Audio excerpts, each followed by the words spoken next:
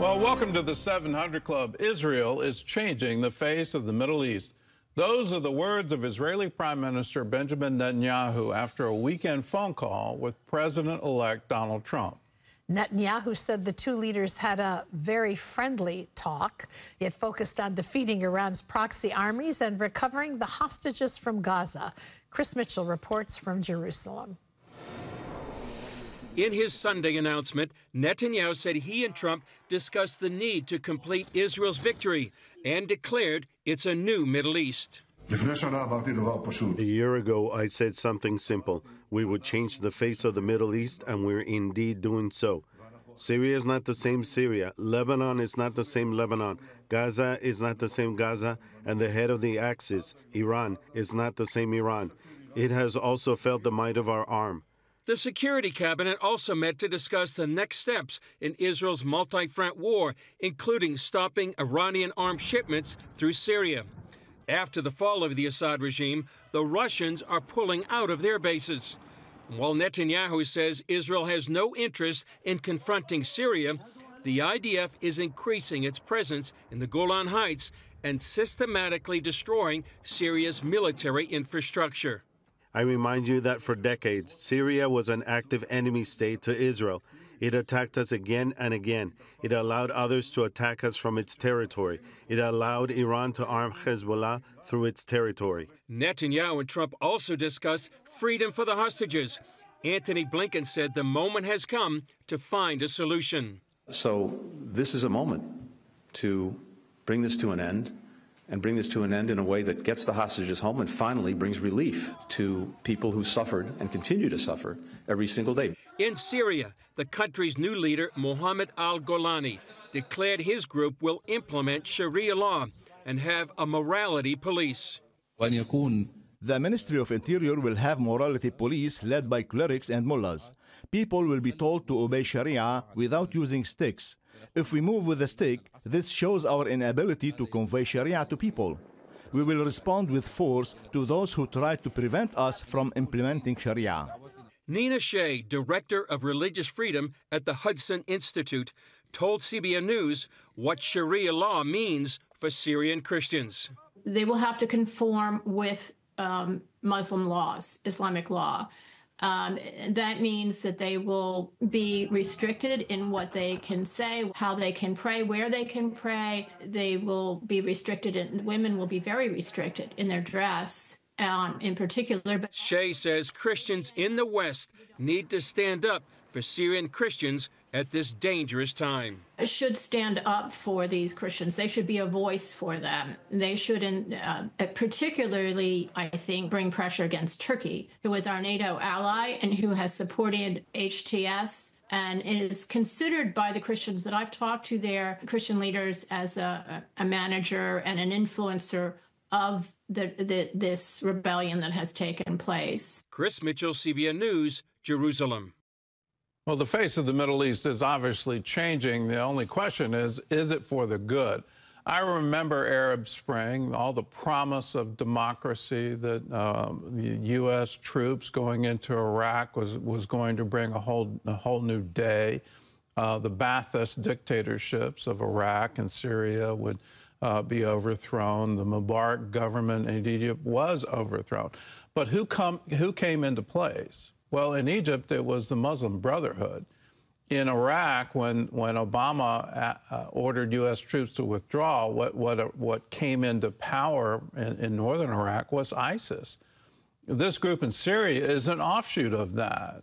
And to say that somehow they want peace or they want democracy or they want freedom of conscience or freedom of religion or equality between men and women, no, they don't. They're trying to impose Sharia law, and it will be a very stringent version of Sharia law on the level that we currently see in Iran.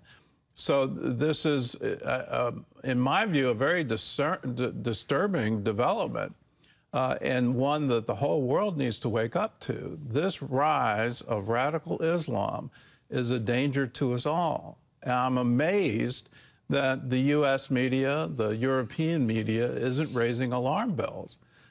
They should be, because in a free and open society, which we all ascribe to, the UN has it in its charter, it's incompatible with Sharia. In other news, as concerns grow over mysterious drone sightings in the Northeast, the federal government is sending help. John Jessup has more on that story from our CBN News Bureau in Washington. John? That's right, Gordon. Homeland Security Secretary Alejandro Mayorkas says the department is sending more personnel and technology. That's not enough for some. New York Senator Chuck Schumer is calling for the deployment of sophisticated surveillance drones. CBN's Dale Hurd has the story. The mystery only seems to deepen about who or what is behind the drone activity in the eastern U.S. And all agree the government needs to say more. Look at it. After drone sightings in the skies above at least 7 states from New York to Virginia, including dozens seen in New Jersey, Senator Chuck Schumer says the government needs to send in a drone called the Robin to find out what they are. People who have questions about these drones should not have to shake an 8-ball to get an answer. They want real answers, and the Robin can supply those answers, and that's why we want them here. The FAA shut down Stewart International Airport north of New York City Friday night after multiple reported drone sightings in the area. Homeland Security Secretary Mayorkas told ABC's This Week that this is not a national security threat. We know of no foreign involvement with respect to the sightings in the Northeast, and we are vigilant in investigating this matter. John Ferguson, the CEO of Saxon Aerospace, a drone manufacturer, believes these drones are trying to detect something. They have no reason to be in the air at night unless you're doing some type of ISR work, intelligence, surveillance, reconnaissance, looking for bad guys, or looking for a search and rescue victim, or law enforcement, or some type of military project.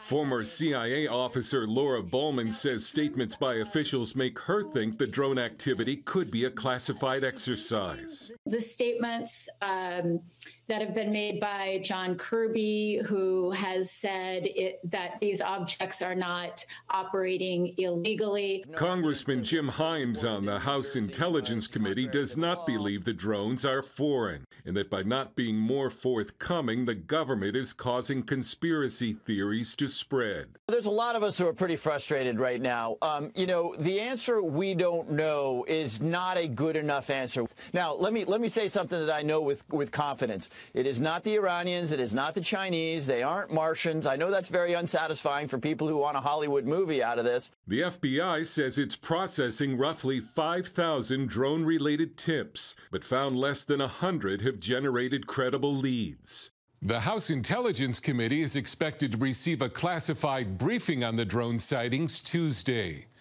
Dale Hurd, CBN News. All right, thank you, Dale. Winter weather is making for a dicey drive in parts of the Northeast. Light snow and freezing rain has affected some areas. Across the country in California, a foot of snow fell on I-80, stranding cars near Lake Tahoe. And a rare tornado hit near the coast, turning over cars, bringing down phone lines, and triggering the first ever tornado warning in San Francisco. In Southern California, firefighters continue to battle the blaze near Malibu. So far, it's only half contained. Well, France is rushing to aid an island territory off the eastern coast of Africa after a powerful cyclone devastated the area. Mayotte is an island in the Indian Ocean with a population of about 300,000 people. The storm brought winds in excess of 136 miles an hour, doing catastrophic damage to slums and large numbers of metal shacks, as you can see there. Officials fear the death toll will climb into the hundreds, possibly more than 1,000. More than 800 emergency personnel and relief aid is on the way to the territory. Well, back here at home, residents in western North Carolina are still struggling to recover from Hurricane Helene. From the beginning, CBN's Operation Blessing has been on the ground helping the victims.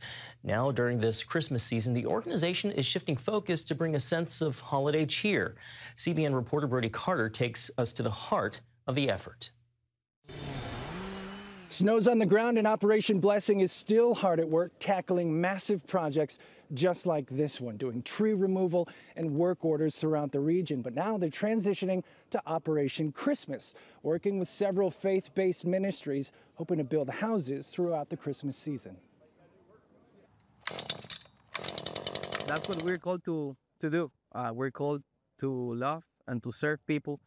OB has been leading disaster relief here since late September after Hurricane Helene barreled through the area. From upstate New York, 15 hours. I brought my trailer, all my equipment. Volunteers like retired trucker Billy Abbott is volunteering through the holidays. Over at Boone, those people had absolutely nothing, and it just broke my heart. From their home base at a local university, Operation Blessing is moving to long-term recovery. We've been evolving the disaster from emergency, urgency, now into setting up this 2-year camp that is to build 175 homes. So that's the goal with this new camp. Partnering with local churches, as well as ministries like World Vision and Youth with a Mission, OB serves hundreds of meals daily. On another level, tools and generators are provided as rebuilding homes has begun. We have a nonprofit called Shelter in the Storm to help women and children in need, in crisis. And we bought you a tiny home. Oh, we bought you a house. Thank you. Oh my God. And for another family, the Thomases, the impact is deeply personal. Hurricane Helene flooded their home with at least 7 feet of water. It destroyed their workshop, tools, and high-quality wood, all key parts of their custom woodworking business. Looking around at all this, the devastation, as ugly as all of that is, this is that good. This sense of community, the new people that we've met. Operation Blessing stepped in to replace those tools and restore clean drinking water to their home while giving the family a chance to rebuild their livelihood. We've got a water thing now, and now we have another generator. So next time we have an apocalypse occur, we're set now. Father, we thank you for your son and the hope that he gives us. As winter sets in, Operation Blessing and its partners are bringing warmth one meal, hug, and house at a time. Even for those without a Christmas tree this year, the spirit of the season shines through acts of love and service. We want to be the hands and feet of Jesus for the people who need right now some support. Reporting in North Carolina, Brody Carter, CBN News. Delivering hope long after the storm has gone. Gordon? Yeah, we're now shifting into long-term recovery for Western North Carolina. The devastation is truly unimaginable. And our commitment, along with these wonderful partner organizations, is to build 175 homes for people that didn't have insurance, don't have the ability to rebuild. And for this Christmas to say, we love you, we're standing with you, we're here to give you a hand up and let you know that there's still a hope for you. There's still a future for you. If you want to be a part of that, it's real simple. Pick up a phone and call us. 1-800-700-7000. Say, I want to give to the Operation Blessing Disaster Relief Fund. You can write to us and just put Disaster Relief Fund on the memo line of a check at CBN Center, Virginia Beach, Virginia, 23463. You can also text OBDR to 71777, and a giving page will come to your phone. You can go to CBN.com. There's a place on the giving page where you can designate your gift to disaster relief. Either way, do it right now and say, yes, we want to help those people. They're out of the headlines now, but they still need a ton of help rebuilding. So let's do our part. 1-800-700-7000.